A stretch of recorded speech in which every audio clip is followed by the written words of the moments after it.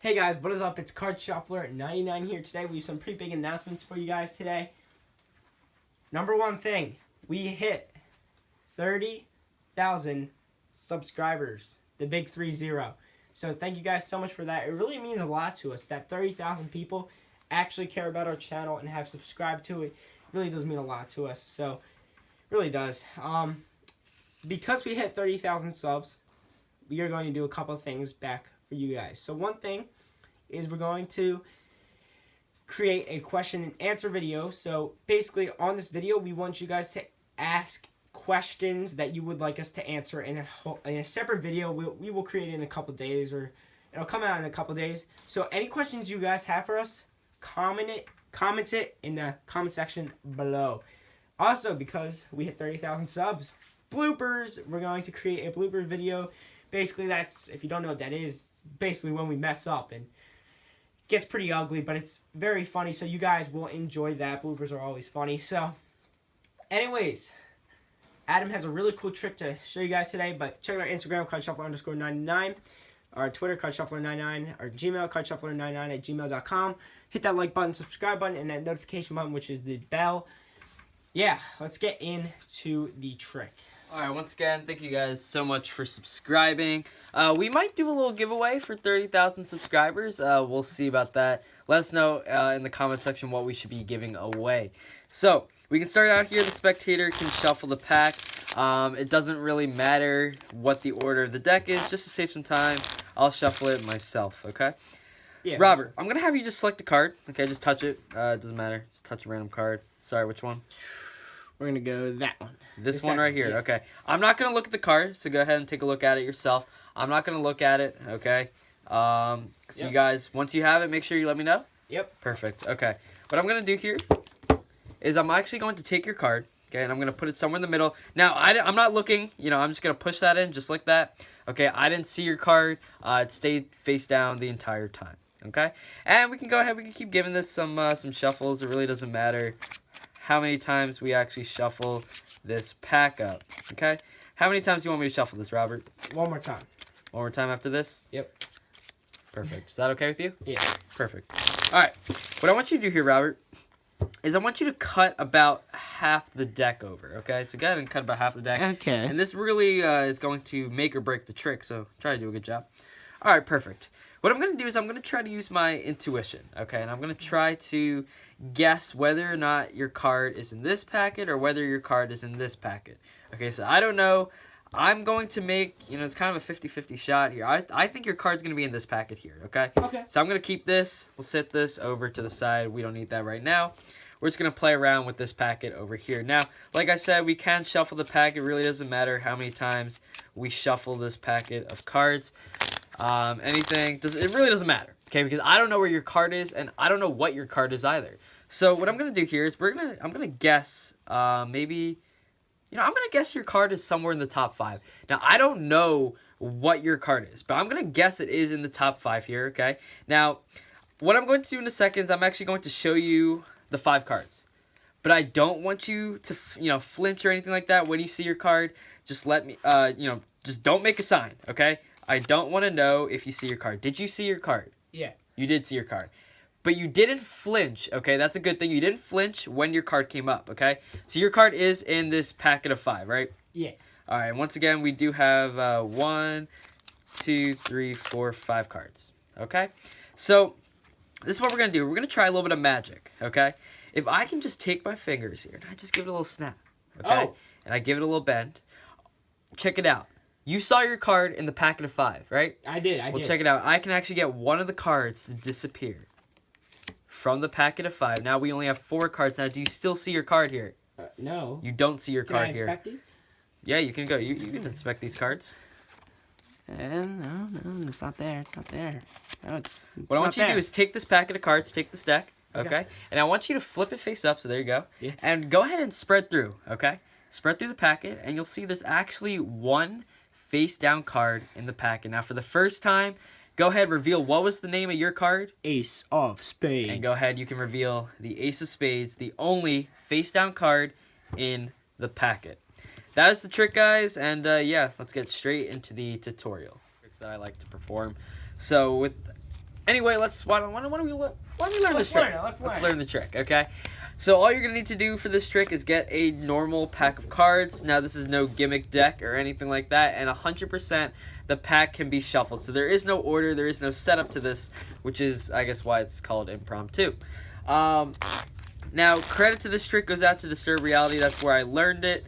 And yeah, let's get straight into the tutorial. So, start out 100%. Have the spectator shuffle the pack. That is probably the most important thing in any trick, is to have the spectator shuffle it so they know exactly what's going on, and they know that, you know, they're not going to have any issues with the trick. So, you go through, you have them select a card, and you just need to control it to the top. So what I did was I spread through, I had them touch a card. So let's say they touch this card here. 2 of clubs. I grabbed 2 cards. I set one down. Bam, I just cut their card to the top. And I pretend like I'm putting their card into the middle, and they still think their card's in the middle. And then I backed it up with the overhand shuffle control, which honestly gets a little sloppy at one point, but it worked. So just like that, and you keep their card on the top of the pack, okay? So do whatever card control you want. Just get their card to the top. You can use any passes or anything like that. Anything to get their card back to the top of the pack, okay? Now from here, what I like to do is, you know, for any trick, you want to get the spectators involved as much as possible. So what I do is I say, go ahead and cut about half the deck. You don't have to do that.